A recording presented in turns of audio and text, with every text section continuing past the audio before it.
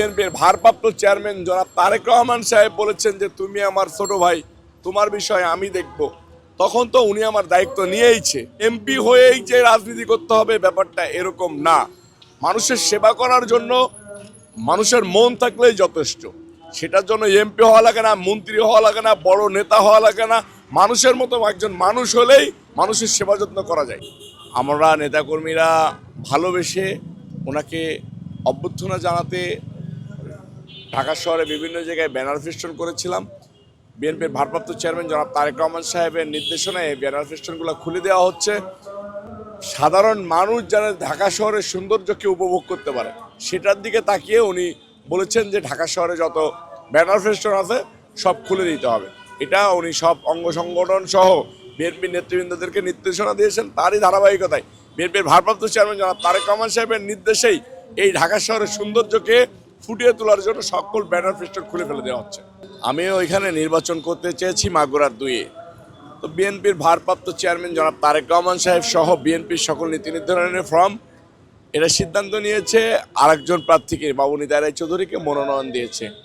আমি আগেই নেতাকর্মীদেরকে বলে দিয়েছি ধানের শীষের পক্ষে কাজ করার জন্য সারা বাংলাদেশে। যেমন আমি ঢাকা মহানগর দক্ষিণে কাজ করতেছি, 1 থেকে 10 পর্যন্ত 4 থেকে 10 পর্যন্ত ঢাকা শহরের ঢাকা মহানগর দক্ষিণে আসনগুলো রয়েছে।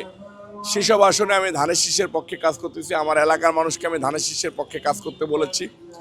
আমি কিছুক্ষণ আগেও, আপনারা জানেন যে আমাদের প্রার্থী নিতাই রায় চৌধুরীর সাথে আমার প্রতিনিয়ত যোগাযোগ হচ্ছে। আমি কিছুক্ষণ আগেও তাকে ফোন করেছিলাম যে দাদা আমি 5 তারিখে নির্বাচন করার জন্য এলাকায় আসতেছি।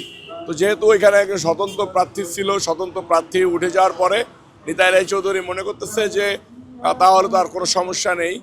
তো উনি আমাকে বললো যে না, কোনো অসুবিধা নেই, সকল নেতাকর্মী কাজ করতেছে, কোনো টেনশন করার কিছু নাই।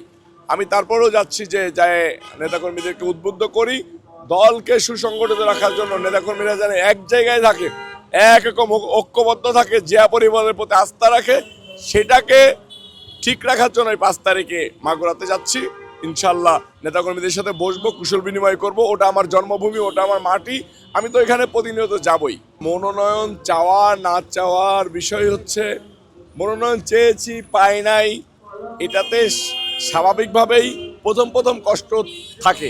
কিন্তু যখন বিএনপির ভারপ্রাপ্ত চেয়ারম্যান জনাব তারেক রহমান সাহেব বলেছেন যে তুমি আমার ছোট ভাই, তোমার বিষয় আমি দেখব, তখন তো উনি আমার দায়িত্ব নিয়েইছে। তো এমপি হয়েই যে রাজনীতি করতে হবে ব্যাপারটা এরকম না। মানুষের সেবা করার জন্য মানুষের মন থাকলেই যথেষ্ট। সেটার জন্য এমপি হওয়া লাগে না, মন্ত্রী হওয়া লাগে না, বড় নেতা হওয়া লাগে না। মানুষের মতো একজন মানুষ হলেই মানুষের সেবা যত্ন করা যায়।